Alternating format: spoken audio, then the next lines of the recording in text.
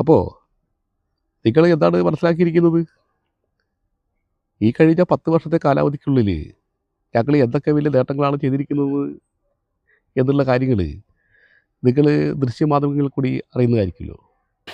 അയ്യോ, എൻ്റെ പൊന്നു തോമാച്ച, ഒരുപാട് കാലമായിട്ട് ഞങ്ങൾ പാടി നടക്കുന്നൊരു പാട്ടായിരുന്നു. പാടിപ്പാടി വരുമ്പോഴത്തേനും അയ്യോ കമലമ്മേ, ഐ ലവ് യു. അയ്യോ,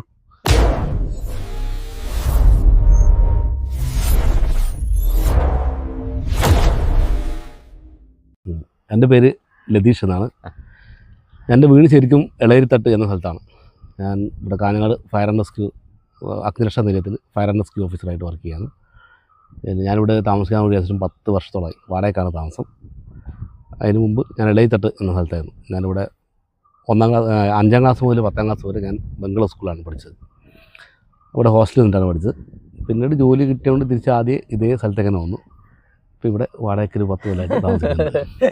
ഓക്കെ, ഞങ്ങളുടെ ചാനലിലേക്ക് സ്വാഗതം.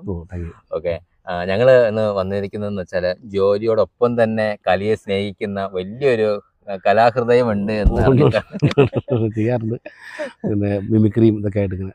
ഓക്കെ, തീ അണയ്ക്കുന്ന ഒരു ഉദ്യോഗസ്ഥനാകുമ്പം എപ്പോഴും ഒരു തീക്ഷ്ണമായിട്ടും ഭയങ്കര ഒരു ആക്റ്റീവായിട്ടും അതേപോലെ തന്നെ ഗൗരവത്തോടു കൂടിയിട്ടൊക്കെ കാണുന്ന ഒരു മനുഷ്യനാണ് ഞങ്ങൾ പ്രതീക്ഷിച്ചത്. ഇദ്ദേഹം ഒരു കൊച്ചു കുഞ്ഞുങ്ങളെ പോലെ നിഷ്കളങ്കനായി സംസാരിക്കുന്നത്. ഞാൻ എൻ്റെ ഡ്രൈവറാട്ടാ. ഡ്രൈവറാണല്ലോ ഏറ്റവും പ്രധാനം. അപ്പൊ തീ കത്തുന്നിടത്തേക്ക് ഓടി പോകുന്നത് ഡ്രൈവറല്ലേ? ഡ്രൈവറിന് ഫാസ്റ്റ് ഉണ്ടെങ്കിലല്ലേ അല്ലേ? അപ്പോ ഒരു പാട്ട് മണിച്ചേട്ടൻ്റെ ഒരു പാട്ട് പാടാം. മണിച്ചേട്ടൻ്റെ പാട്ട് ഏട്ടൻ പാടിയും മണിച്ചേട്ടൻ്റെ പാട്ടാ.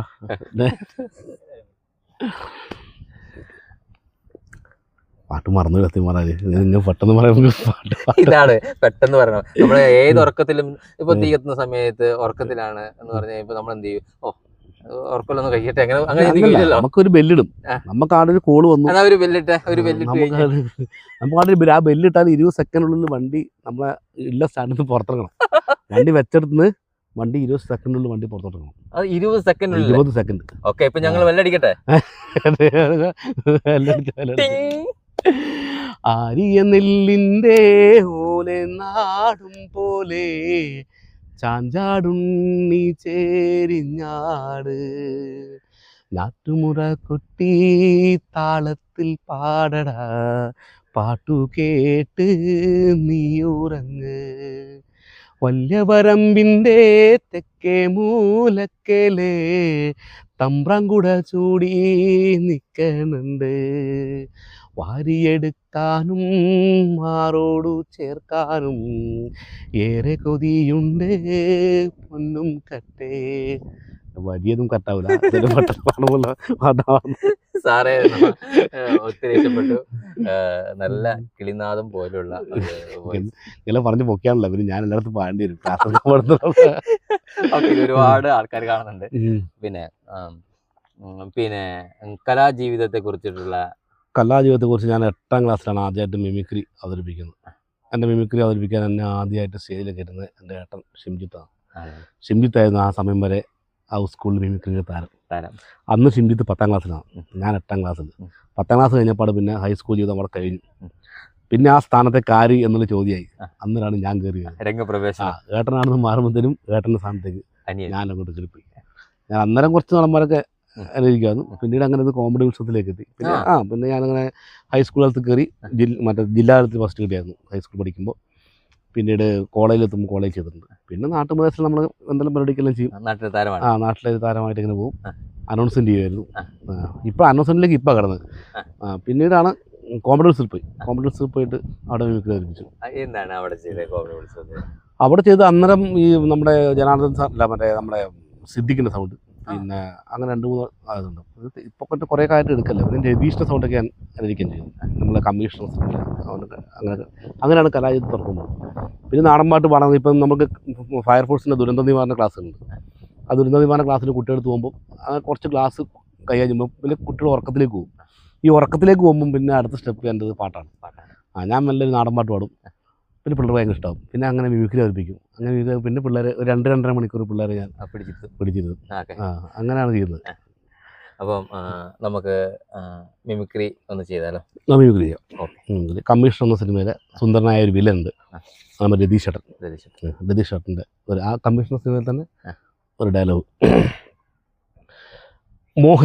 മോഹൻ തോമസ് അന്ന് കണ്ടപ്പോഴേ പറഞ്ഞല്ലോ സാബ്, കാൽക്കാശിൻ്റെ കക്ഷിരാഷ്ട്രീയമല്ല, ഡൽഹിയാണ് മോഹൻ തോമസിൻ്റെ രാഷ്ട്രീയ ഭൂമി. ശർക്കയിൽ നൂറ്റെടുത്ത കതിർ കൊണ്ട് കോട്ടും കോണകവും പാളത്താരും തൊപ്പിയുമിട്ട് നടക്കുന്ന പഴയ ദരിദ്രവാസി രാഷ്ട്രീയക്കാരെ ദില്ലിയല്ല. പകരം അവയെല്ലാം അപ്പാടെ പടിയടച്ച് പിണ്ടം വെച്ച് ഹൈടെക്കിലും ബ്ലൂ ചിപ്പിലും ബ്രെയിൻ ബാങ്കിലും കമ്പ്യൂട്ടറിലുമെല്ലാം രാഷ്ട്രീയ സമസ്യകൾക്ക് ഉത്തരം കണ്ടെത്തുന്ന പുതിയ ഡൽഹി, കോടികൾ കൊണ്ടമ്മാനമാടുന്ന സമൃദ്ധിയായ ഡൽഹി. ഈ കേരളം എന്ന ഇട്ടാവട്ടത്ത് കിടന്ന് ഒരു സാധാ പോലീസ് ഓഫീസർ താഴെ കളിക്കാൻ മോഹൻ തോമസ് തയ്യാറല്ല എന്നല്ല, താല്പര്യമില്ല. അന്നൊക്കെ ആ പിള്ളേരുടെ തന്നെ, പക്ഷേ പിള്ളേർക്ക് ഇപ്പോൾ പുതിയ നടന്മാരാണ് പിള്ളേർക്ക് കൂടുതൽ ഇഷ്ടം. ഞാനങ്ങ് പുതിയ നടന്മാരെ പഠിച്ചിട്ടില്ല. നമ്മളെന്നും ആ പഴയ നടന്മാരെ, പഴയ നടന്മാർക്ക് ഒരു ഐഡന്റിറ്റി ഉണ്ടായിരുന്നു, പിന്നെ അവർക്ക് നല്ല വോയിസ് ഐഡന്റിറ്റി അവരെ നമുക്ക് വ്യക്തമാക്കി കാലഘട്ടത്തിലേക്ക്. ഇപ്പോൾ ഓരോത്തിനും ഓരോ മാറ്റങ്ങൾ വന്നു, ഭയങ്കരമായിട്ട് ചേഞ്ച് വന്നു. ഇന്ന ആൾ തന്നെ ആ കഥാപാത്രം അവതരിപ്പിക്കുന്നില്ല. പണ്ടൊക്കെ ആണെങ്കിൽ ഒരു കാരണവൻ്റെ ഇതൊക്കെ ആണെങ്കിൽ ആ കാരണവൻ്റെ ആ ഇത് അനുകരിക്കുന്നത് ചിലപ്പോൾ ശങ്കരാടി സാറിനായിരിക്കും, അദ്ദേഹം തന്നെ കുറേ പടത്തിൽ. പക്ഷെ ഇപ്പോഴങ്ങനല്ല, ഇപ്പം അദ്ദേഹം ഇല്ലെങ്കിൽ അതിൻ്റെ അടുത്ത ആൾ വരാനുണ്ട്. ആ ചാൻസ് വേണ്ടി കാത്തു നിൽക്കുന്ന ആൾക്ക് ഇഷ്ടം പോലെ ഉണ്ട്. വേറെ ഏതാ മിമിക്രി നമുക്ക്? വേറെ മിമിക്രി അങ്ങനെ ചെയ്യുന്നത് വെച്ചാൽ ജനാർദ്ദൻ സാറിൻ്റെ സൗണ്ട്. ജനാർദ്ദൻ്റെ നമുക്ക് ഇന്നും എൻ്റെ മുന്നിൽ തോമാച്ച അതൊക്കെ അതൊക്കെ പറഞ്ഞു കഴിഞ്ഞാൽ അറിയത്തുള്ളൂ, അതൊന്നും കുഴപ്പമില്ല, പറഞ്ഞോളൂ. അതൊക്കെ അന്നേരം ആ ടൂണിലങ്ങ് പോയിക്കൂടാ, അത് എടുക്കുന്നു. എന്താ ഇതിൻ്റെ ഇടയ്ക്ക് ഇങ്ങനെ ഒരു സാധനം പറയോ? കൊള്ളാം, നീ തങ്കപ്പനടാ, പണ്ടപ്പൻ. അപ്പം സാറ് കോമഡി ഉത്സവത്തിന് പോയ സമയത്ത് അവിടെ ഏറ്റവും ആദ്യം ചെയ്തത് എന്തായിരുന്നു? ഏറ്റവും ആദ്യം ചെയ്തത് ഞാൻ സിദ്ദിഖിൻ്റെ സൗണ്ടായിരുന്നു, സിദ്ദിഖ് സാറിൻ്റെ ഒരു സൗണ്ടായിരുന്നു. പിന്നീട് ചെയ്തത് നമ്മുടെ പൂജപ്പ രവി സാറിൻ്റെയാണ്.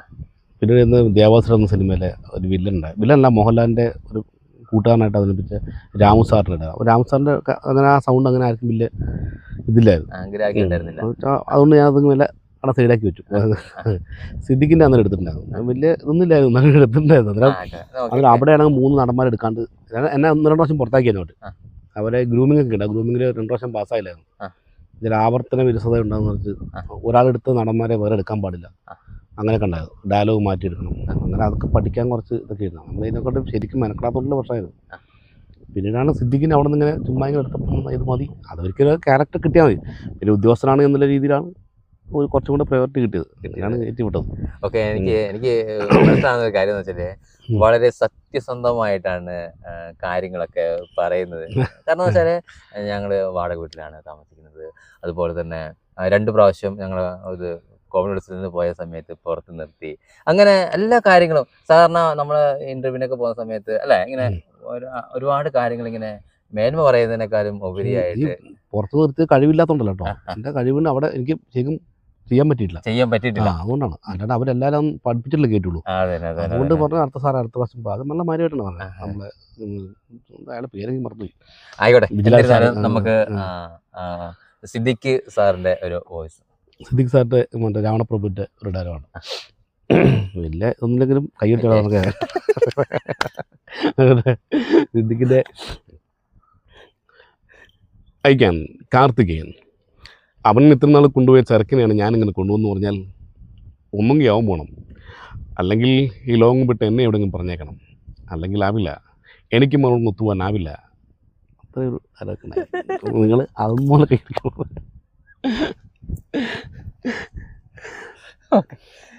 ഓക്കെ, വളരെ മനോഹരമായിരിക്കുന്നു.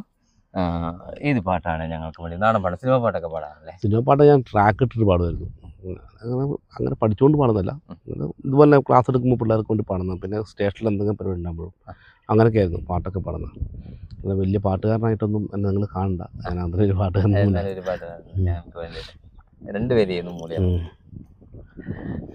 പെട്ടെന്ന് കേൾക്കുമ്പോൾ പാട്ടും വരുന്നില്ല, അതല്ലേ ഈ പ്രശ്നം. ഇന്നലെ വരെ കല്യാണത്തിൽ പോയിട്ട് പാടാന്ന് വെച്ചിരുന്ന ആ പാട്ടും പാടാൻ പറ്റില്ല.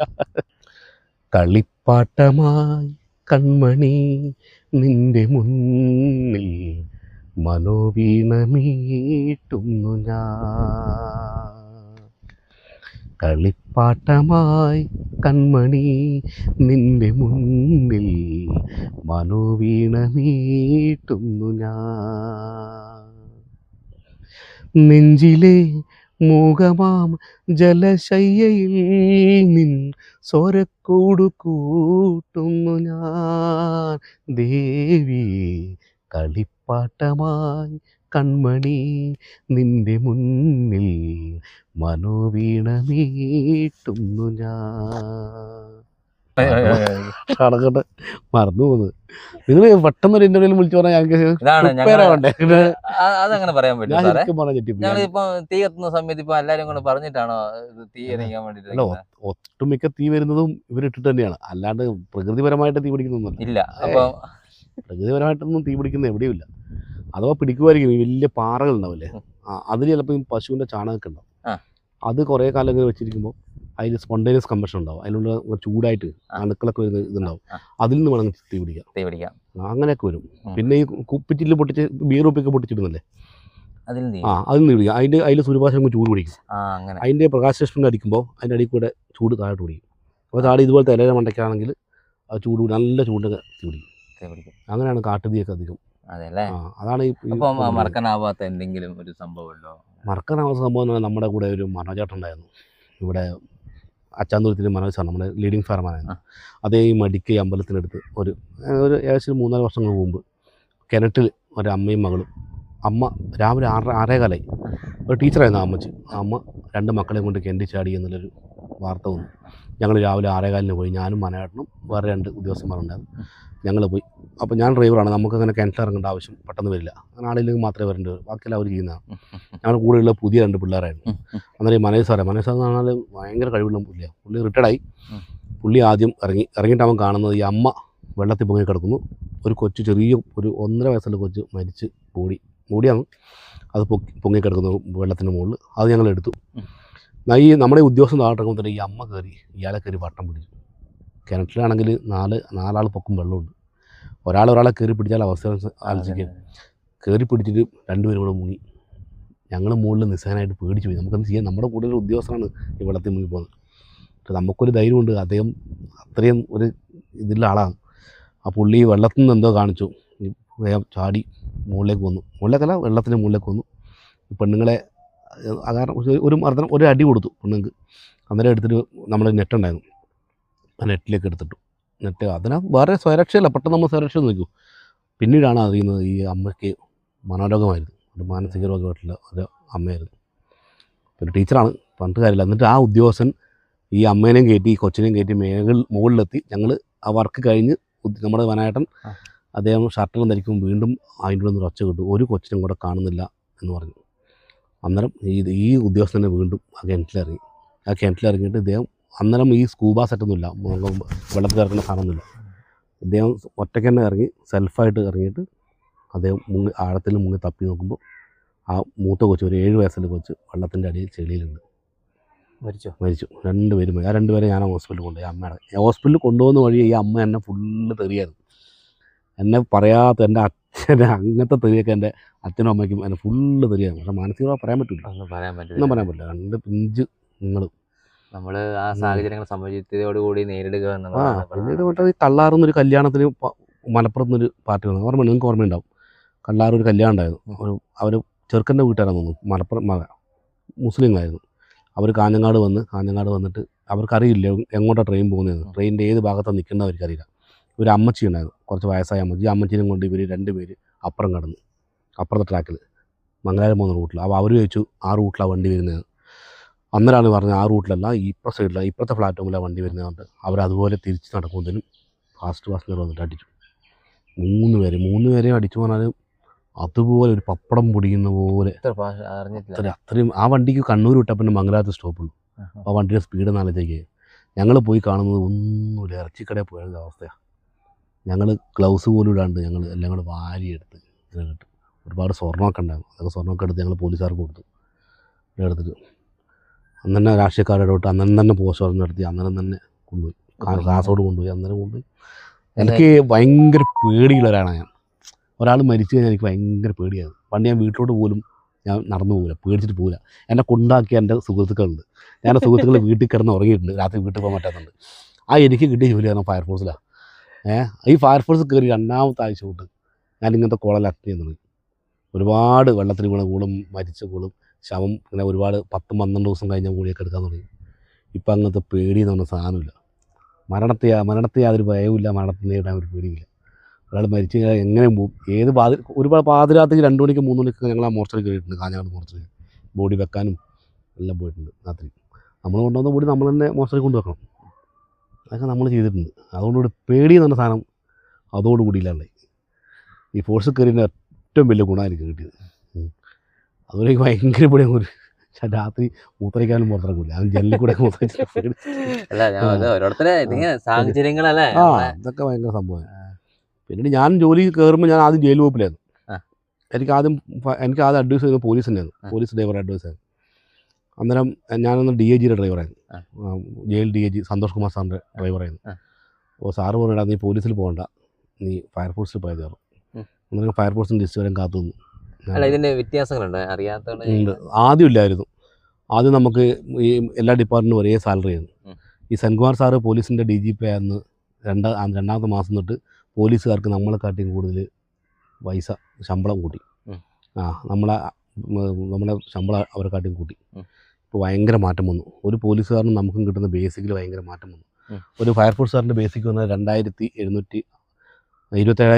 27,500 രൂപയാണ് ബേസിക്ക്. നേരെ മറിച്ച് പോലീസുകാരൻ്റെ ബേസിക് എന്ന് പറഞ്ഞത് 32,500 രൂപയും. പിന്നെ അതിൻ്റെ TIDയിലും കൂടുമ്പോഴത്തേനും 8,000 രൂപയുടെ മാറ്റം അത് വന്നു. അത് ഭയങ്കര മാറ്റമാണ്. പക്ഷേ എന്നാലും പോലീസിലാരും നിൽക്കുന്നില്ല. പോലീസ് കിട്ടിയ ഒരുപാട് കുട്ടികൾ നമ്മുടെ കൂടെ ഇപ്പോൾ ഫയർഫോഴ്സിലുണ്ട്. ഒരുപാട് ആൾക്കാരായിരുന്നു. അവരെ ജോലി ഭാരം, അവർ ശമ്പളം കൊടുക്കണം, അവർക്ക് അതിൻ്റെ പണി അവർക്കുണ്ട്. അവർക്ക് അതിൻ്റെ പണി ഉണ്ടാവും.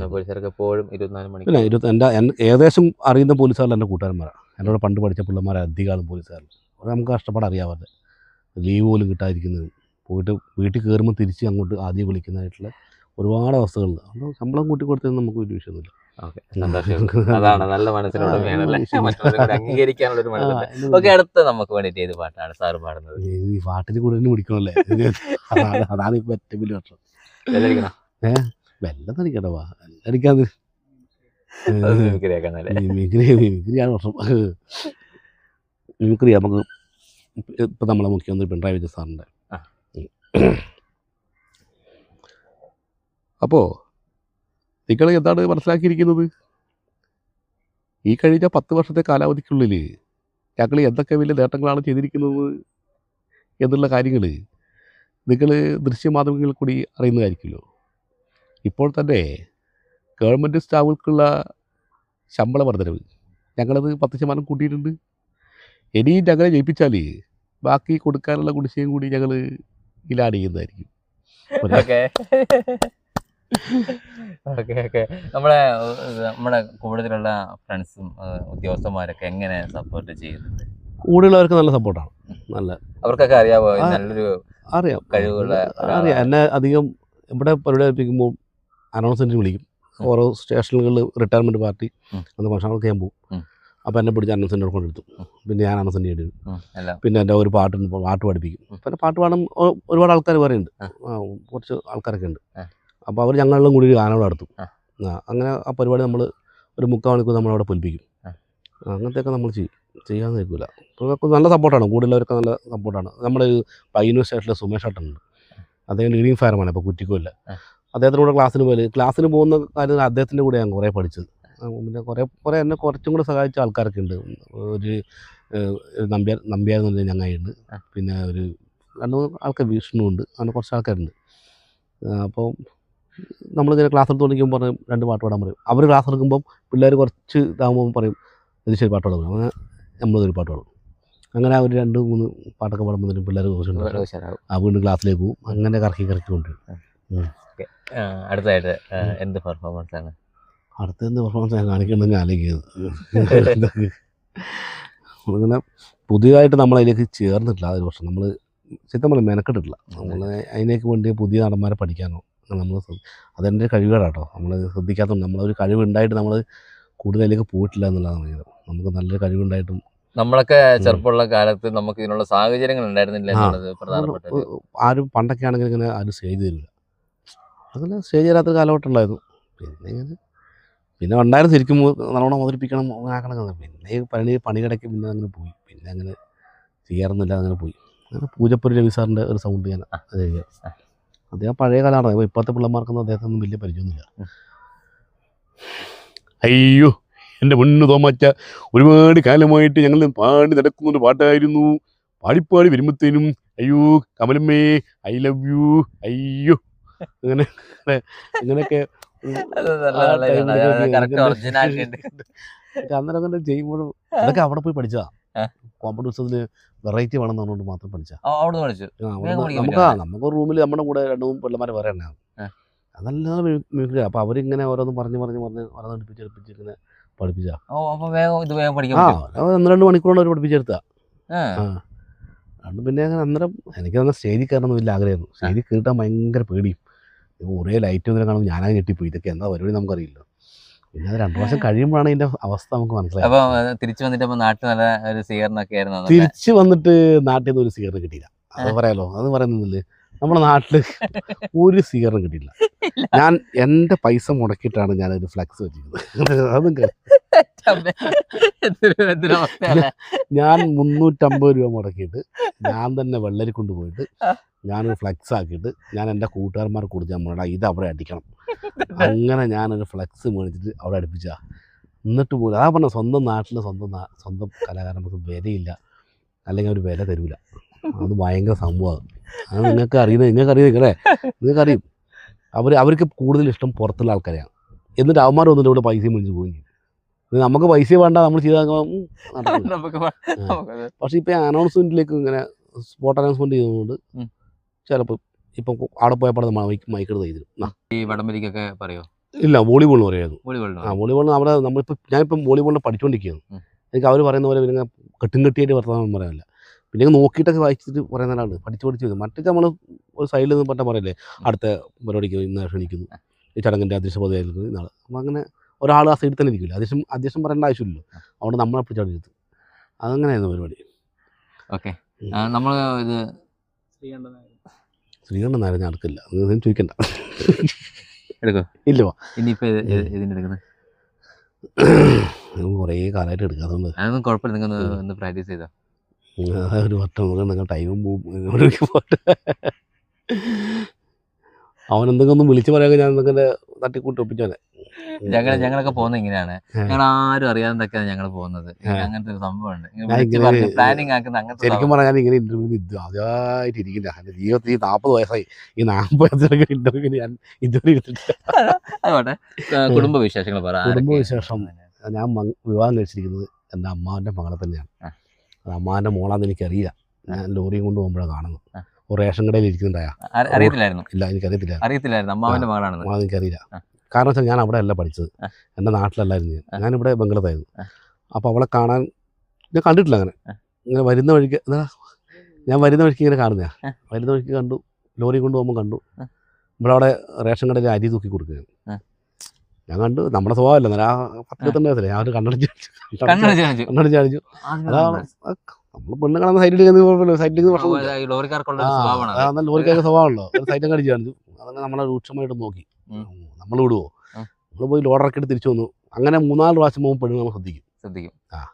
അങ്ങനെ ശ്രദ്ധയിൽ ഇങ്ങനെ നടന്നു പോകുമ്പോൾ നമ്മുടെ വർഷക്കാരനുണ്ട് ചങ്ങായി, അവനെ പിടിച്ചിട്ട് ഞാൻ അവളുടെ നമ്പർ ഇങ്ങനെ പൊക്കി വിളിച്ചിട്ട് അവളെ ഇഷ്ടം പറഞ്ഞു.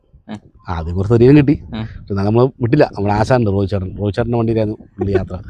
അപ്പോൾ ആശാനും പിടികിട്ടി. അങ്ങനെ പിന്നെ ഞങ്ങൾ പിന്നീടാണ് മനസ്സിലാകുന്നത് ഇത് അമ്മാവൻ്റെ മകളാണ്. അമ്മാവൻ്റെ മകൾ എന്ന് പറഞ്ഞാൽ അമ്മയുടെ 8 മക്കളിലെ ബന്ധുക്കളാണ്. അങ്ങനെ മനസ്സിലായതാണ്. അങ്ങനെ കണ്ട് ഇഷ്ടപ്പെട്ട് പിന്നെ ഞാൻ 24-ാമത്തെ വയസ്സിൽ വിവാഹം കഴിച്ചു.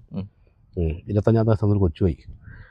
ഞാനാണ് അവളെ +2 പഠിപ്പിക്കുന്നതും, ഞാനാണ് അവളെ IT പഠിപ്പിക്കുന്നത്. ഇപ്പോൾ അവൾ സർവേയറായിട്ട് ജോലി ചെയ്യുന്നത്. അവൾ സർവേയറായിട്ട് പൂത്തക്കാൽ വില്ലയിൽ ജോലി ചെയ്യുന്നുണ്ട്. 2 മക്കളായി. ഒരാൾക്ക് 15 വയസ്സായി, ഒരാൾക്ക് ഇപ്പം 5-ാം ക്ലാസ്സിലുണ്ട്. പഠിക്കുന്നതാണോ? ഒരാളെ കൊല്ലം 10ാം ക്ലാസ് കഴിയും, മറ്റാൾ 5-ാം ക്ലാസ്സിൽ. ഓക്കെ, അങ്ങനെയാണ് വിശേഷങ്ങൾ. ഞങ്ങൾ വാടകയ്ക്ക് നിൽക്കുന്ന പറഞ്ഞാൽ വീടില്ലാത്തല്ലോ, നമുക്ക് 2 വീടുണ്ട്. എൻ്റെ വീടുണ്ട്, അവളുടെ വീടുണ്ട്. അവൾ ഒറ്റ മോളേ ഉള്ളൂ. 2 വീടുണ്ട്. അച്ഛൻ മരിച്ചുപോയി. ഇപ്പോൾ ഈയിടയ്ക്ക് എൻ്റെ അച്ഛൻ മരിച്ചുപോയി. അതുകൊണ്ട് ഈ മാർച്ച് ഞങ്ങൾ തിരിച്ചങ്ങോട്ട് തന്നെ പോകും. അപ്പോൾ അതുകൊണ്ടാണ് പിന്നെ ഇവിടുന്ന് 10 വർഷത്തെ അച്ഛൻ്റെ ഓർമ്മകൾ. അച്ഛൻ എന്ന് പറഞ്ഞാൽ അച്ഛൻ രാഷ്ട്രീയത്തിൻ്റെ ഭയങ്കര ആളായിരുന്നു. ബാലൻ എന്ന പേര്, ബാലകൃഷ്ണൻ എന്ന പേര്. കയ്യൂരാണ് വീട്. കയ്യൂർ മയ്യിൽ എന്ന സ്ഥലത്താണ് വീട്. അച്ഛൻ പണ്ട് ഇതുപോലെ ഇളയ നാട്ടിലേക്ക് കൊരട്ട പറക്കാൻ വന്നത്, അണ്ടിയില്ല കശുവണ്ടി പറക്കാൻ വന്നതാണ്. കശുവണ്ടി പറക്കാൻ വന്ന വകയിൽ അമ്മയെ കണ്ട് ഇഷ്ടപ്പെട്ടിട്ട് അങ്ങനെ അമ്മയുടെ കൂടെ കൂടിയാ. അങ്ങനെയായി 2 പിള്ളേരായി. ഞാനും എൻ്റെ ചേച്ചിയുണ്ട്, 2 പേരുണ്ട്. അച്ഛൻ ഈ ഇടയ്ക്ക് ഒരു അറ്റാക്കായിട്ട് അച്ഛൻ മരിച്ചുപോയി. ഇപ്പോൾ വീട്ടിലങ്ങനെ പുതിയ വീടുമാണ്. വീടിനെ കുടിവെള്ളമൊന്നും കഴിഞ്ഞു, ഞങ്ങൾ കുടിവെള്ളം നടത്തിയില്ല, അവിടെ അങ്ങനെ വെച്ചു. അവിടെ താമസിക്കാൻ ആളില്ല. അമ്മ ഇപ്പം എൻ്റെ കൂടെ ഉണ്ട്. അമ്മ ഇവിടെ ഇല്ല, അമ്മ ഇപ്പം ഇന്നങ്ങോട്ട് പോയിട്ടുണ്ട്. അങ്ങനെ ഞങ്ങൾ നിൽക്കുന്നുണ്ട്. തിരിച്ച് അടുത്ത ഈ മാസം മാർച്ച് മാസം മകളുടെ പരീക്ഷ കഴിഞ്ഞപ്പോൾ ഞങ്ങൾ വിളിക്കുമോ കുടിവെള്ളത്തിനൊക്കെ? വിളിക്കും. എന്തായാലും വിളിക്കും. നമുക്ക് നല്ല അടിപൊളി ഗാനമേള നമുക്ക് തെയ്യമുണ്ട് നമ്മുടെ വീട്ടിൽ. തെയ്യം ഒരു പഞ്ചുരുളി നിങ്ങൾക്കറിയില്ല? പഞ്ചുരുളി അത് അമ്മയുടെ ഇത് പറഞ്ഞ അമ്മയുടെ നേർച്ച പറഞ്ഞ അത് ചെയ്യാറുണ്ട്. അങ്ങനെ കുറച്ച് പൈസ ചിലവാണ്. അത് തട്ടിമുട്ടി ഒപ്പിക്കാൻ അങ്ങനെ നടക്കുന്നു അതിൻ്റെതായ രീതിയിൽ സമയത്ത്, അതായത് കാലഘട്ടങ്ങൾ സമയത്തിനനുസരിച്ച് റോട്ടിൽ ഓടുന്ന വാഹനങ്ങളിൽ ഏറ്റവും ആദ്യം സൈഡ് കൊടുക്കേണ്ട വാഹനം, റോഡിൽ ഏറ്റവും മുൻഗണന കൊടുക്കേണ്ട വാഹനമാണ് ഫയർഫോഴ്സ്. ഫസ്റ്റ് മുൻഗണന ഫയർഫോഴ്സിനാണ്. അതൊരാളുടെ ജീവൻ രക്ഷിക്കാൻ പോകുന്നതാണ്. ആംബുലൻസ് പോകുന്ന ജീവനും കൊണ്ട് ഡോക്ടറെ അടുത്തേക്ക് പോകുന്നതാണ്. നമ്മൾ രോഗിയുടെ അടുത്തേക്കാണ് നമ്മൾ പോകുന്നത്. ഇവർ രോഗിനെ എടുത്തിട്ടാണ് ആംബുലൻസ് പോകുന്നത്. പക്ഷേ നമ്മൾ രോഗിനെ എടുക്കാൻ വേണ്ടിയാണ് പോകുന്നത്. അപ്പോൾ നമുക്കാണ് മുൻഗണന. ഫയർഫോഴ്സുകാർക്കാണ്. നമ്മുടെ വണ്ടി ശരിക്കും പറഞ്ഞാൽ നമ്മുടെ വണ്ടിയുടെ സൗണ്ട് കേട്ടാൽ 1 കിലോമീറ്റർ അപ്പുറത്തെ വണ്ടി മാറ്റണം. നമുക്കായിട്ട് വഴി തുറന്നു തരണം. നമ്മൾ അങ്ങോട്ട് പോകുമ്പം നമ്മളൊരു കോൾ അറ്റൻഡ് ചെയ്യാൻ പോകുമ്പം വണ്ടി മുട്ട ചെയ്താൽ നമുക്കൊരിക്കലും ബാധിക്കില്ല. പക്ഷേ തിരിച്ചു വരുമ്പോൾ സംഭവിച്ചെങ്കിൽ നമുക്ക് ബാധിക്കും. ചില നമ്മൾ സൈലൻറ്റ് പോകുമ്പോൾ സൈലൻറ്റ് ഏത് വാഹനം പോയാലും വണ്ടി മാറ്റി കൊടുക്കണം. ആംബുലൻസ് ആയാലും നമ്മളായാലും രണ്ടാമത്തെ പ്രയോറിറ്റിയാണ് ആംബുലൻസ്, പിന്നീടാണ് പോലീസ് വരുന്നത്. നിരത്തുകളിൽ ഏറ്റവും പ്രയോറിറ്റി ആംബുലൻസ് തന്നെയാണ്, ഫയർഫോഴ്സ് തന്നെയാണ്. പിന്നെ നമ്മൾ പോകുന്നത് ഒരാൾ മാത്രമല്ല പോകുന്നത്. ഒരു വണ്ടിയിൽ പോകുന്ന 5 ആളാണ്, 5 പേരാണ് ഒരു ഓപ്പറേഷൻ പോകുന്നത്.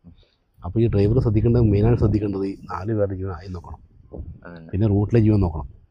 പിന്നെ മനസ്സിലെപ്പോഴും ആ കിണറ്റിൽ ആരാ കിടക്കുന്നത് അവനെ ചിന്തിക്കണം. അവനെങ്ങനെയാണ് കിടക്കുന്നത്, അല്ലെങ്കിൽ അവളെങ്ങനെയാണ് കിടക്കുന്നത്, അത് ചിന്തിക്കണം. ആ രോഗി എങ്ങനെയാണ് മരിക്കാനായോ, വെള്ളത്തിൽ മുങ്ങിയോ. അധികം കോള് വരുന്നത് ഇങ്ങനെ ഒന്നെങ്കിൽ കയറ് പിടിച്ച് നിൽക്കുന്നുണ്ടാവും, അല്ലെങ്കിൽ മോട്ടറിൻ്റെ പൈപ്പ് പിടിച്ച് നിൽക്കുന്നുണ്ടാവും. ഇങ്ങനെയൊക്കെയാണ് അധികം കോള് വരുന്നത്. അപ്പം നിങ്ങൾക്ക് ജനങ്ങൾ നന്നായിട്ട് പിന്തുണ തരുന്നുണ്ടല്ലേ? ജനങ്ങളില്ലാണ്ടാവില്ല. ജനങ്ങളില്ലാണ്ട് ഒരു കോള് വിജയിക്കില്ല. നമുക്ക് ഒരാൾ 5 പേരാണ് പോകുന്നത്. 5 പേര് പോകുമ്പം ഒരാൾ നമ്മൾ റെസ്ക്യൂ നെറ്റിൽ ഒരാൾ കിണറ്റിലേക്ക് ഇറങ്ങുന്നു, 4 പേര് 4 സൈഡിൽ നിന്ന് പിടിക്കുന്നു, പടത്തിന് പിടിക്കുന്നു. ഈ ഇറങ്ങിയ ആളെയും കയറ്റണം, അതിനകത്തുള്ള ആളെയും കയറ്റണം. 2 പേരുടെ കനം അതിൽ വന്നു. ഈ 4 പേർക്ക് വലിക്കാൻ പറ്റില്ല. അങ്ങനെ എന്തായാലും സ്വാഭാവികമായിട്ടും കൂടെ നിൽക്കുന്ന ആൾക്കാർ ജനങ്ങളൊക്കെ സപ്പോർട്ട് ചെയ്യും. അങ്ങനെ സപ്പോർട്ട് ചെയ്യും. പിന്നെ ജനങ്ങളുടെ ഉപദ്രവം നമുക്ക് വെച്ചാൽ ചെറിയ പ്രശ്നം വെച്ചാൽ നമ്മൾ ഈ കിണറിൻ്റെ വട്ടമില്ലേ, ഈ വട്ടം കെട്ടി കിണറുണ്ടാവും, ഇതുപോലത്തെ കിണറുണ്ടാവും. അതിലേക്ക് ചാരി നിന്നിട്ട് ഇവരിങ്ങനെ ഇത് നോക്കും, വീക്ഷിക്കും. ഇങ്ങനെ ഏതോ ഒരു ആകാംക്ഷ ഉണ്ടാവുമല്ലോ. അപ്പോൾ നമ്മളവർ മാറാൻ പറഞ്ഞാൽ അവർ മാറില്ല. ആ ഒരു മാറാത്തതിൻ്റെ പേരിലാണ് നമുക്കൊരു ജീവൻ നഷ്ടപ്പെട്ടു പോയത്. നമ്മുടെ ഈ തിരുവനന്തപുരം ഭാഗത്ത് ചെറുക്കൻ നമ്മുടെ ഫയർഫോഴ്സ് ഉദ്യോഗസ്ഥൻ, അദ്ദേഹം കോള് അറ്റൻഡ് ചെയ്യാൻ പോയി. ഒരു പെൺകുട്ടി കിണറ്റിൽ വീണു, ഇവനെടുത്തു, അദ്ദേഹത്തെ കയറിൽ താഴെ ഇറക്കി. ആ പെണ്ണുങ്ങളെ കൊണ്ട് മുകളിലോട്ട് കയറിയതിനും ഈ ചാരി നിന്ന് അയാളോട് പറഞ്ഞ് മാറി നിൽക്കുന്നു പറഞ്ഞു. അയാൾ മാറിയില്ല. ഈ കല്ലെല്ലാം കൂടെ അടക്കം താഴോട്ട് വീണു. ഇത്രയും ഹൈറ്റിൽ നിന്ന് കല്ല് വീഴുന്നല്ലേ, നമ്മുടെ ഉദ്യോഗസ്ഥൻ്റെ തലയ്ക്കാൻ വന്നു വീണ്. അയാൾ ആ സ്പോട്ടിൽ മരിച്ചു. അയാൾ മരിച്ചു, ആ പെണ്ണുങ്ങൾ മരിച്ചു, ഈ താഴെ വീണവൻ മരിച്ചു. 3 പേരാണ് നമുക്കുള്ള മരിച്ചത്. ഭയങ്കര ഒരു ശ്രദ്ധയില്ലായ്മ കൊണ്ടും അനാസ്ഥത കൊണ്ടും നടക്കുന്ന ഒരു കാര്യമാണ്. അതിൽ നമുക്ക് അദ്ദേഹത്തെ പെട്ടെന്ന് എടുക്കാൻ പറ്റി. കാരണം വെച്ചാൽ അദ്ദേഹത്തിൻ്റെ അരയിൽ നമ്മൾ ചേർന്നിട്ടുണ്ടായിരുന്നു. അവിടെ നമുക്ക് കയറ് പെട്ടെന്ന് വലിക്കാൻ പറ്റി, മറ്റേക്ക് നമുക്ക് പറ്റിയില്ല. പിന്നെ അവിടെ പ്രയോറിറ്റി കൊടുക്കുന്ന നമ്മൾ ഉദ്യോഗസ്ഥനാണ്. നമ്മുടെ ഉദ്യോഗസ്ഥൻ്റെ ജീവനാണ് വലുത്. നമ്മൾ അന്ന് ഉദ്യോഗസ്ഥനെടുത്ത് നമ്മൾ പോയി മറ്റേ ആ കോള് നമ്മൾ വേറെ സ്റ്റേഷനിലെ ആൾക്ക് വിളിച്ചു കൊടുത്തു. പക്ഷേ നമുക്ക് വലിയ വിലപ്പെട്ട ഉദ്യോഗസ്ഥൻ്റെ ജീവനാണ് നഷ്ടപ്പെട്ടു. അതന്നെ. അപ്പം സത്യം പറഞ്ഞു കഴിഞ്ഞാൽ ത്യാഗം തന്നെ, എഫർട്ട് എടുക്കേണ്ട ഒരു ജോലി തന്നെയാണ് അല്ലേ? പണി വരുന്നെങ്കിൽ മാത്രമേ പണിയുള്ളൂ, അല്ലെങ്കിൽ നമുക്കൊരു പണി. വരുന്ന പണികളൊക്കെ വരുന്ന പണികളൊക്കെ പണികളല്ല. ചില ആൾക്കാർ പറയും അവർ വെറുതെ ഇരിക്കുകയാണ്. വെറുതെ ഇരിക്കുന്നില്ല, നമ്മളൊരു ദുരന്തം ഉണ്ടാവരുത് എന്നാണ് പ്രാർത്ഥന. നമുക്ക് രാവിലെ 8:45 റോഡ് കോളുണ്ട്. 8:45 റോഡ് കോളിൽ നമുക്ക് രാവിലെ വണ്ടി പരിശോധിക്കണം, ഗാഡിയിലെ എക്യുപ്മെൻറ്റ്സ് മുഴുവൻ പരിശോധിക്കണം. ഇതെല്ലാം കംപ്ലൈൻറ്റ് ഉണ്ടോ, ഇല്ലെങ്കിൽ കംപ്ലൈൻറ്റ് ഉണ്ടെങ്കിൽ റിപ്പോർട്ട് ചെയ്യണം. അതൊക്കെയുണ്ട്. അത് ചെയ്ത് കഴിഞ്ഞിട്ട് നമ്മൾ ശരിക്കും പറഞ്ഞാൽ നമ്മൾ വണ്ടി ഓടിക്കുമ്പോൾ നമ്മൾ പറയുന്നത് ഇന്ന് വണ്ടി ഇറങ്ങാൻ പറ്റാതിരിക്കട്ടെ, ഇവിടെ തന്നെ ഇരിക്കട്ടെ. ചില വരുന്നപ്പോൾ അങ്ങനത്തെ കൊള്ളാം, അല്ലെങ്കിൽ ആക്സിഡൻറ്റുകളോ അല്ലെങ്കിൽ കിണർ വീഴുന്നതോ അങ്ങനെയൊക്കെ. പിന്നെ മോതിരം ഇട്ടിട്ട് കൈ വിട്ടിട്ട് പിള്ളേർ വരും, അത് നമ്മൾ കട്ട് ചെയ്ത് കൊടുക്കണം. ഇതൊക്കെ ഒരു നല്ലൊരു വീഡിയോ വൈറലായിട്ടുണ്ട്. നമ്മുടെ ഒരു കൊച്ചുകുട്ടി കണ്ടിട്ടുണ്ടാവും, ഇവിടുന്ന് പണന്ന് കാണുന്ന ഒരു കൊച്ചുകുട്ടി ഒരു തകരപ്പാട്ട പോലത്തെ ഒരു സാധനത്തിൽ കൈ വിരലിട്ടിട്ട് വന്നു. ഒരു 1.5 വയസ്സ് 2 വയസ്സേ ഉള്ളൂ. പക്ഷെ ഞങ്ങൾ 3 നമ്മൾ ഉദ്യോഗസ്ഥന്മാർ കൊണ്ട് കട്ട് ചെയ്ത് കൊടുക്കും. അത് തമിഴ്നാട്ടിലൊക്കെ ഭയങ്കര റീച്ചായി. തമിഴ്നാട്ടിലെ വാർത്തയിലൊക്കെ അടിച്ചു പോയിട്ട് കയറിപ്പോയി. അങ്ങനത്തെ കുറേ ഇങ്ങനെയൊക്കെ വരുന്നുണ്ട്. അപ്പൊ അതിനിടയ്ക്ക് നമുക്ക് ഇതേപോലുള്ള എന്താ പറയാ പാട്ടുകളും മെമിക്രി ആണെങ്കിലും ഇടയ്ക്ക് നമ്മളിങ്ങനെ പാട്ട് പാടും, മിമിക്രി ചെയ്യും. നമ്മളെ കൂടുതൽ സപ്പോർട്ട് നമ്മൾ ഏട്ടനാണ്, ഷെഞ്ചിത്തിൻ്റെ ഒറ്റ സപ്പോർട്ടാണ്. അപ്പോൾ നാടൻ പാട്ടും ഇങ്ങനെയൊക്കെ പോകുന്നതുകൊണ്ട് ഇപ്പോൾ മോളെ കൂടെ കൂട്ടിയിട്ട് ഇടയ്ക്കൊക്കെ പാട്ട് പാടും. അവർ മംഗലം കളി പോലെ ഇതൊക്കെ കളിക്കും, നമ്മുടെ അനുഷ്ഠാന കലകൾക്ക് അതൊക്കെ കളിക്കും. പിന്നെ ഞാൻ പിന്നെ അങ്ങനെ ഇടയ്ക്കിടയ്ക്ക് ഇങ്ങനെ പാടുന്നതല്ലാണ്ട് ഞാൻ വലിയ കലാകാരനൊന്നുമില്ല. അങ്ങനെ ഒരു കലാകാരനാണ്, ഞാനും ഒരു കലാകാരനാണ് പറയല്ല, അതുപോലെ ഞാനും ഒരു കലാകാരൻ.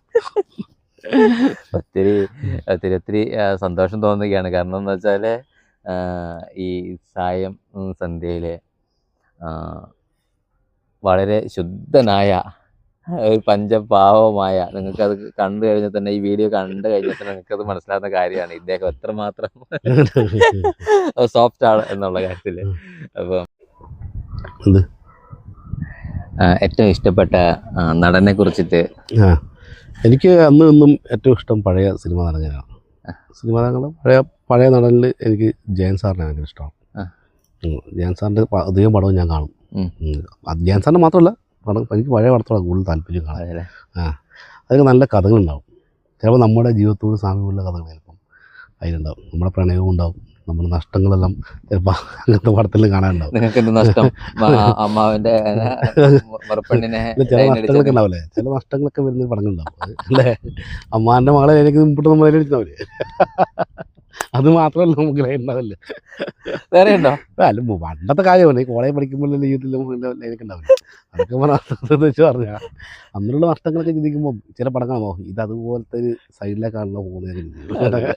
അപ്പം പഴയ സിനിമകൾക്കൊക്കെ അങ്ങനത്തെ ഒരു പ്രത്യേകത. പഴയ പടത്തിൽ അങ്ങനത്തെ ഭയങ്കര പ്രത്യേകത. കിരീടം പോലുള്ള സിനിമകളിലും ഒരിക്കലും മറക്കാൻ പറ്റാത്ത പടം. പിന്നെ മമ്മൂട്ടി മോഹൻലാൽ ഇവരൊക്കെ തമ്മിലുള്ള മമ്മൂട്ടി മോഹൻലാലൊക്കെ നമുക്ക് അറിയാം, നമ്മുടെ എന്താ പറയുക, നമ്മുടെ ഒരു ഐഡൻറ്റിറ്റി തന്നെ അവരാണ്, നാടിൻ്റെ ഐഡൻറ്റിറ്റി. അല്ലെങ്കിൽ ഈ ശരിക്കും പറഞ്ഞാൽ കേരളത്തിൻ്റെ ഒരു ഐഡൻറ്റിറ്റി അവർ തന്നെയാണ്. അവർ രണ്ടും ഇല്ലെങ്കിൽ മലയാള സിനിമ ഇല്ല എന്നുള്ള കാലഘട്ടം തന്നെയാണ് ഇപ്പോൾ. ഈ രണ്ടുപേരും രണ്ട് വശങ്ങളിൽ നിൽക്കുന്നത് കൊണ്ടാണ് അവർ രണ്ടുപേരും ഒന്നിച്ച് മുന്നേറുന്നത്. അത് നമ്മളുടെ ഒരു പ്രശ്നം, രണ്ട് ശൈലികൾ അത് കണ്ട് മുൻപോട്ട് പോകുന്ന യുവ നടന്മാർ വേറെയും നമ്മുടെ കേരളീയർ വേറെയും. പാട്ടിലേക്ക് കിടക്കാം, ഒരു പാട്ട് പാടാം. ഇപ്പം ദിലീപിൻ്റെ സിനിമയിൽ പാട്ട് പാടാം. എൻ്റെ പാട്ടിലൊന്നും വലിയ ക്ലാരിറ്റി അല്ല, പാട്ടുകാരെന്ന് ഞാൻ നാടൻ പാട്ടിലേക്ക് തട്ടിക്കൂട്ടി പാടുന്നുണ്ട്, വലിയ ഇത് നോക്കണ്ട. അപ്പം കമൻറ്റിലും വരുമ്പോൾ നല്ല കിണ്ണം കാഴ്ച കമന്റ്, ഇവനൊക്കെ ഏതാടാ ഇവനൊക്കെ കൊണ്ട് പാട്ട്, അങ്ങനെയുള്ള കമൻറ്റായിരിക്കും വരുന്നത്. ദിലീപിൻ്റെ ചക്കരമുത്തിൽ ഒരു പാട്ട് പാടാം. മറന്നുവോ മകളെ എല്ലാം മറക്കുവാൻ നീ പഠിച്ചോ, മറന്നുവോ മകളെ എല്ലാം മറക്കുവാൻ നീ പഠിച്ചോ, അകലെ കൊഴുകുന്ന പുഴയാം നിന്നെ ഞാൻ, അകലെ കൊഴുകുന്ന പുഴയാം നിന്നെ ഞാൻ മനസ്സിൽ തടഞ്ഞു വച്ചു വെറുതെ, മറന്നുവോ മകളെ എല്ലാം മറക്കുവാൻ നീ പഠിച്ചു. വളരെ മനോഹരമായിട്ട് തന്നെ ആ പാട്ട് പാടി. ഇന്നത്തെ ദിവസം വളരെ പ്രധാനപ്പെട്ട ഒരു ദിവസമാണ്. ഏറ്റവും കൂടുതൽ ചിരിച്ചത് സന്തോഷിച്ചത് ഈ നിമിഷങ്ങളാണ് എന്നാണ് എനിക്ക് തോന്നുന്നത്. കാരണം മനസ്സൊന്ന് പൊട്ടിച്ചിരിച്ച് ഒരുപാട് സന്ദർഭങ്ങൾ, മർമ്മ മുഹൂർത്തങ്ങൾ ഞങ്ങൾക്ക് വേണ്ടിയിട്ട് കാഴ്ചവെച്ചു. ഓക്കെ, എന്തായിരുന്നു ഞങ്ങളുടെ വ്യൂവേഴ്സിനോട് പറയാനുള്ള കാര്യങ്ങളും ഈ ജോലി സംബന്ധമായിട്ടുള്ള കാര്യങ്ങളെ കുറിച്ചിട്ട് ഞങ്ങൾക്കുള്ളൊരു മെസ്സേജ്? ജോലി സംബന്ധമായിട്ടുള്ള മെസ്സേജ് എന്ന് പറയാൻ വെച്ചാൽ, ഒരു സർക്കാർ ജോലി എൻ്റെ കാഴ്ചപ്പാടിൽ ഏറ്റവും ഇഷ്ടം ഫയർഫോഴ്സാണ്. ഒരാൾക്ക് കിട്ടേണ്ട ജോലി ഞാൻ ഒരാളുടെ ജീവൻ രക്ഷിക്കുക എന്ന് പറയാൻ പറ്റുന്ന ഏറ്റവും വലിയ ഭാഗ്യമാണ്. ചിലപ്പോൾ നമ്മുടെ കുടുംബത്തിലെ ആരെ ജീവൻ നമുക്ക് രക്ഷിക്കാൻ പറ്റില്ല, എങ്കിലും പുറത്തുള്ള ഒരാളുടെ ജീവൻ നമുക്ക് രക്ഷിക്കാൻ പറ്റും. അത് ഭയങ്കര ഒരു സംഭവമാണ്. ഒരാൾ നമ്മൾ കാരണം ഒരു കുടുംബം രക്ഷപ്പെടുക എന്നത് അത്രയും ത്യാഗം വേറെ ഇല്ല എന്നാണ്. അതുകൊണ്ട് ഇനി വരുന്നൊരു തലമുറ അധികവും ഫയർഫോഴ്സ് എന്നുള്ള ആ രീതിയിലേക്ക് തന്നെ ജോലി നേടാൻ ശ്രമിക്കണം. ഗവൺമെന്റ് കൂടുതൽ ആനുകൂല്യങ്ങളും കൂടുതൽ പരിഗണനയും കൂടെ കൂടുതൽ പരിഗണന തരുന്നുണ്ട്. പരിഗണന തരുന്നത് കുഴപ്പമില്ല, നമുക്ക് നന്നായിട്ട് നമ്മളെ ജോലിക്കുള്ള പൈസയും എല്ലാം നമുക്ക് തരുന്നുണ്ട്. എന്താണ് നമുക്ക് റിസ്ക് അലവൻസ് ഉണ്ട് എന്നാൽ നമുക്ക് തരുന്നുണ്ട്. പിന്നീട് വെച്ചാൽ ഇതുപോലുള്ള പ്രഥമ ശുശ്രൂഷയെക്കുറിച്ച് അതൊന്നും എല്ലാവരും പഠിക്കുക. അതുപോലെ തന്നെ എക്സ്റ്റിങ്ക്വിഷർ ഉപയോഗിക്കാൻ, ഇങ്ങനെയുള്ള ദുരന്തങ്ങളിൽ ഉപയോഗിക്കാൻ പറ്റുന്ന അതൊക്കെ എല്ലാ സ്ഥലത്തും ഉണ്ട്. അതെങ്ങനെയാണ് അത് ഒന്ന് പറഞ്ഞു കൊടുക്കാൻ പറ്റുമോ?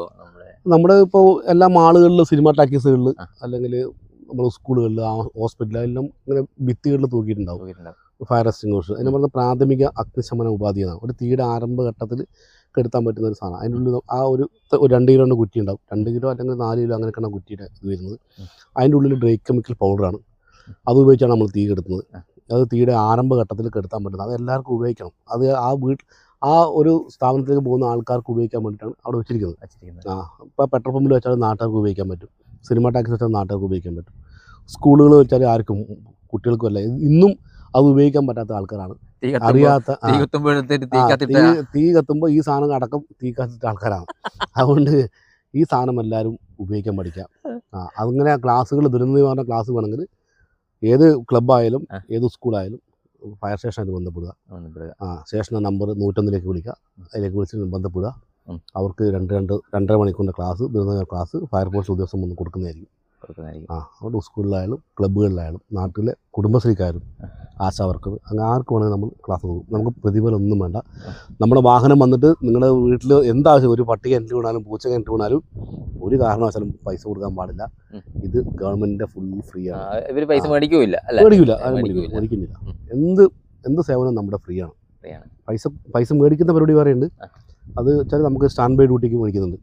ഒരു വലിയ നിങ്ങളുടെ വലിയ ഉത്സവത്തിനൊക്കെ സ്റ്റാൻഡ് ബൈ വേണമെങ്കിൽ 5-6 ദിവസത്തെ സ്റ്റാൻഡ് ബൈക്ക് വാഹനം വിട്ടുകയെന്നിട്ട് കത്ത് കൊടുക്കുകയാണെങ്കിൽ ഒരു ദിവസം 7,500 രൂപ പൈസ ഈടാക്കിയിട്ട്, വാടക ഈടാക്കിയിട്ട് നമ്മൾ ഒരു ക്രൂവും ഒരു വാഹനവും തരുന്നതായിരിക്കും. അങ്ങനെ നമ്മൾ ചെയ്യാറുണ്ട്. ഓക്കെ.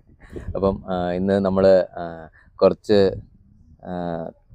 വളരെ പ്രധാനപ്പെട്ട കാര്യങ്ങളും അതേപോലെ തന്നെ കുറച്ച് മുഹൂർത്തങ്ങളൊക്കെ ആയി, പാട്ടും മിമിക്രിയൊക്കെ ആയിട്ട് നമ്മൾ ചെലവഴിച്ചു. ജീവിതത്തിൽ മറക്കാൻ പറ്റാത്ത ചില അറിവുകളും നിമിഷങ്ങളും ഞങ്ങൾക്ക് വേണ്ടി സമ്മതിച്ച സാറിന് ഒത്തിരി അധികം നന്ദിയും കടപ്പാടും ഞങ്ങളുടെ വ്യൂവേഴ്സിൻ്റെ പേരിൽ അറിയിച്ചു കൊള്ളുകയാണ്. ഒരുപാട് വ്യൂസുകൾ ഉണ്ടാവട്ടെ, എൻ്റെ മിമിക്രിയിലൂടെ നല്ലൊരു വ്യൂസുകൾ നിങ്ങൾക്ക് അധികം കിട്ടട്ടെ ഞാൻ പ്രാർത്ഥിക്കുന്നു. ദൈവം ഏതായാലും പങ്കാളിടെന്ന് പറയുന്നത്. ആയിക്കോട്ടെ. Okay, thank you.